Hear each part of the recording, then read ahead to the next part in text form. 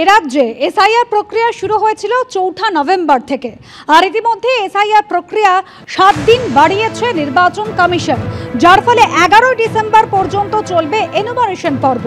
বাড়তি এই ৭ দিনে ৭ রকমভাবে ভোটারদের তথ্য যাচাইয়ের ওপর জোর দেওয়া হচ্ছে। জেলা নির্বাচনী আধিকারিকদের পাঠানো চিঠিতে সিইও দপ্তর থেকে এমনই নির্দেশ দেওয়া হয়েছে। অবজারভার, ইআরও, এইআরও, বিএলও এবং তাদের সুপারভাইজারদের নির্দেশ সিইও দপ্তরে। ভোটার সম্পর্কে কোন কোন ক্ষেত্র গুরুত্ব দিয়ে যাচাই করতে হবে তা নিয়েও নির্দেশিকা রয়েছে।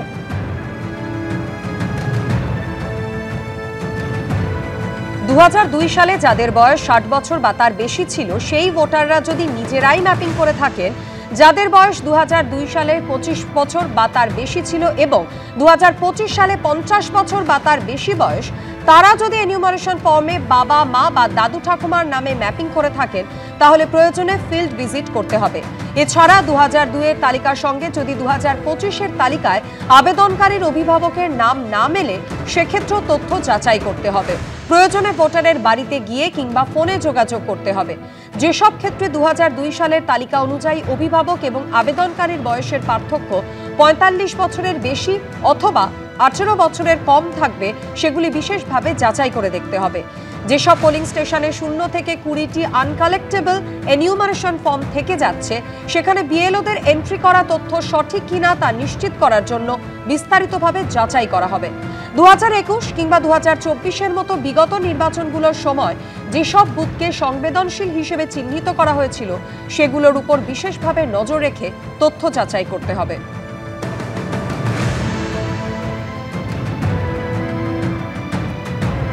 নির্বাচন কমিশনে কিন্তু আরো নির্দেশ, মৃত ভোটারদের ক্ষেত্রে তথ্য প্রতি পর্বে যাচাই করতে হবে। একই সঙ্গে বিএলওরা কোনো কাজ ব্যাকলগ রাখতে পারবেন না, এমনই নির্দেশিকা রয়েছে। Registrar general of birth and death থেকে এবং রেশন কার্ড বাতিলের রিপোর্ট থেকে মৃত ব্যক্তিদের তথ্য পাওয়া যাবে। ইআরওদের উচিত বিএলওদের করা এই ধরনের এন্ট্রি করা তথ্য যাচাই করা। সিইও দপ্তরের নির্দেশিকায় আরও বলা হয়েছে, বিএলওদের কাছ থেকে যাওয়া পূরণ করা সমস্ত এনুমারেশন ফর্ম ২রা ডিসেম্বর অর্থাৎ গতকালের মধ্যেই আপলোড করার নির্দেশিকা ছিল।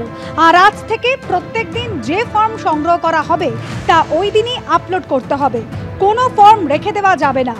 যদি কোনো পরিবারের কাছ থেকে ১১ই ডিসেম্বর পর্যন্ত ফর্ম পাওয়া না যায়, তাহলে সেগুলিকে আনকালেক্টেবল হিসেবে চিহ্নিত করে অ্যাপে নথিভুক্ত করতে হবে।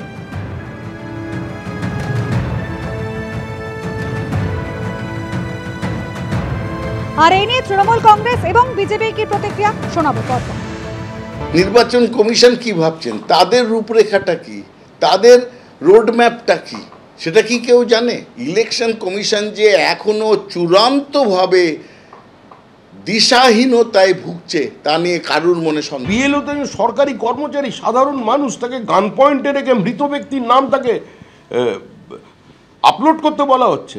তাদের সুরক্ষা নির্বাচন কমিশনকে দিতে হবে, কারণ এটা নির্বাচন কমিশনের কাজ, এটা কোনো সরকারের কাজ নয়, এটা সাংবিধানিক সংস্থা এখানে কাজ করছে। তো আজকে তাদের দায়িত্ব নিতে হবে এবং একই সঙ্গে যে বিএলওরা যারা তৃণমূলের হয়ে এই কাজ করে চলেছেন তাদের গ্রেপ্তার করতে হবে। আর এই প্রক্রিয়া নিয়ে শুধুমাত্র রাজনৈতিক তরজাই নয়, প্রশ্ন তুলছেন বিশেষজ্ঞরাও। জেলা প্রশাসকরা কি চোখ বুজেছিলেন? গরমিল তো ইচ্ছে করে করা হয়নি। অফিসারদের একাংশকে কাজে লাগানো হচ্ছে কি? কোথায় নজরদারি? ব্যর্থ তো নির্বাচন কমিশনও। সব ফর্ম ফেরত আসা বুথের সংখ্যা এক ধাক্কায় কমে যাওয়া নিয়ে ঘণ্টাখানেক সঙ্গে সুমন অনুষ্ঠানে এসে মন্তব্য করেন আইনজীবী জয়ন্ত নারায়ণ চট্টোপাধ্যায়। বাড়ির পাশে শ্মশান ঘাট, সেথায় নাকি ভূতের ঠাট। এখন কথা হলো, ভূত যখন শটান ভোটার লিস্টে জায়গা নেয়, যখন এত ঢাকঢোল পিটিয়ে করা এসআইআর অর্থাৎ বিশেষ নিবিড় সংশোধনের তালিকাতেও ভূত একেবারে দাঁত নখ বের করে ঢুকে যায়, সেই ভূত তাড়ানো যে অত্যন্ত কঠিন সন্দেহ নেই। কতটা কঠিন গতকালই চোখে আঙুল দিয়ে দেখিয়ে দিয়েছিল একটা সংখ্যা, ২২০৮। ভাবুন, আমাদের রাজ্যে ২২০৮টা পোলিং স্টেশনে সব ফর্ম নিখুঁতভাবে ভর্তি হয়ে ফেরত চলে এসেছে। অর্থাৎ একজনও মৃত ভোটার নেই, কেউ মারা যাননি। ২৪ ঘন্টার মধ্যে রাতারাতি পাল্টে গেল। যেই নির্বাচন কমিশন জেলা প্রশাসনের কাছে রিপোর্ট তলব করলো, সেই রিপোর্টে ওই ২২০৮ কমে দাঁড়ালো ৮০% কমে দাঁড়ালো ৪৮০-তে। তাহলে ভাবুন কি পর্যায়ে কারচুপিটা হয়েছিল। জলজ্যান্ত ভূতের দাপাদাপি ছাড়া 2208 তো 480-তে নামতে পারে না। সুমন, আজকে অনুষ্ঠানটার নাম দেওয়া যেতে পারত ঘণ্টাখানেকে ভূত তাড়ানো বা ঘণ্টাখানেকে রহস্য উন্মোচন।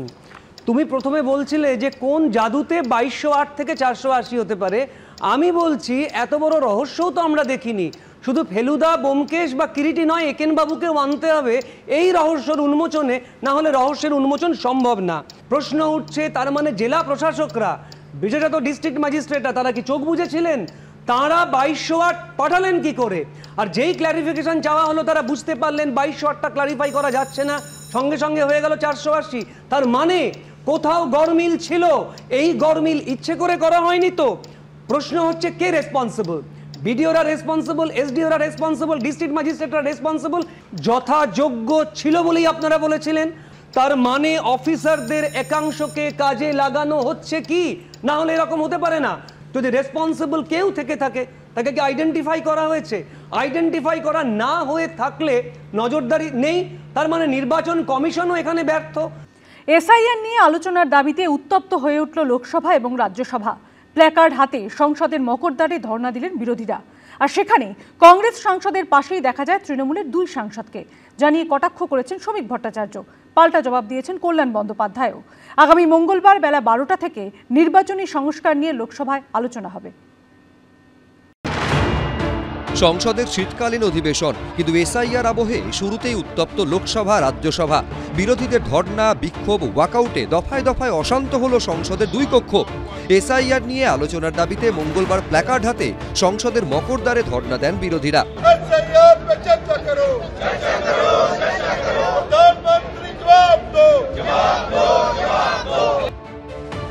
ধর্নায় উপস্থিত ছিলেন রাহুল গান্ধী, সোনিয়া গান্ধী, রাজ্যসভার বিরোধী দলনেতা মল্লিকার্জুন খাড়গে, প্রিয়ঙ্কা গান্ধীরা।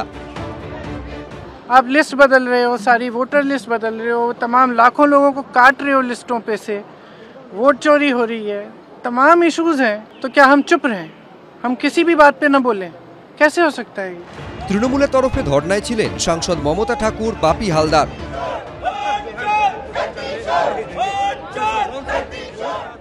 জানিয়ে কটাক্ষ ছুড়ে দিয়েছে বিজেপি। দুজনে ভুল করে চলে আসতে পারে, আর যদি তৃণমূল পরিকল্পনা মাফিক দুজনকে পাঠিয়ে দিয়ে থাকে, তাহলে এটাও অন্য যারা ধর্ণা দিচ্ছেন সঙ্গে তাদের বোঝা উচিত যে সবচেয়ে বেশি ভোট চুরি যদি কোথাও হয় সেটা পশ্চিমবঙ্গ। তৃণমূল হচ্ছে সবচেয়ে বড় ভোট লুটেরা। আমি শুধু রাহুল গান্ধীকে অনুরোধ করব যে এই স্লোগানটা একবার তিনি কংগ্রেসের ভাইদের নিয়ে পশ্চিমবঙ্গের মাটিতে দাঁড়িয়ে দিন। সঙ্গে তৃণমূল কংগ্রেসকে নিয়েছেন, ভোট চোর গদ্দি ছোড়। চোর কি? তৃণমূল তো ভোট ডাকাত। তো রাহুল গান্ধীজি আরেকটা জিনিস প্রমাণ রেখেছেন যে যখন কেন্দ্র সরকার বলছে এসআর, তো নিজে বিজেপি স্টেটগুলোর ভোটের লিস্ট ঠিক নেই। তো এখানেও বিজেপি সরকার নিজের একটা লিডারশিপ রোল নেওয়ার উচিত ছিল। বিজেপি সরকার নিজের রাজ্যতে আগে স্টার্ট, তাহলে ওরা একটা লিডারশিপ, কনফিডেন্স দেখাতে পারতো। বিজেপিকে পাল্টা খোঁচা দিতে ছাড়েনি তৃণমূলও। এসআইআরটা হওয়াতে সবচেয়ে বেশি ক্ষতি যাদের হয়েছে, সবচেয়ে বেশি যারা ভয় খেয়েছে, তারা হচ্ছে ভারতীয় জনতা পার্টি। শেষ অবধি স্পিকার ওম বিড়লার ঘরে বৈঠকের পর সিদ্ধান্ত নেওয়া হয় মঙ্গলবার বেলা 12টা থেকে নির্বাচনী সংস্কার নিয়ে লোকসভায় আলোচনা হবে। বিজেন্দ্র সিংহ, এবিপি আনন্দ। এবিপি আনন্দ, এগিয়ে থাকে, এগিয়ে রাখে।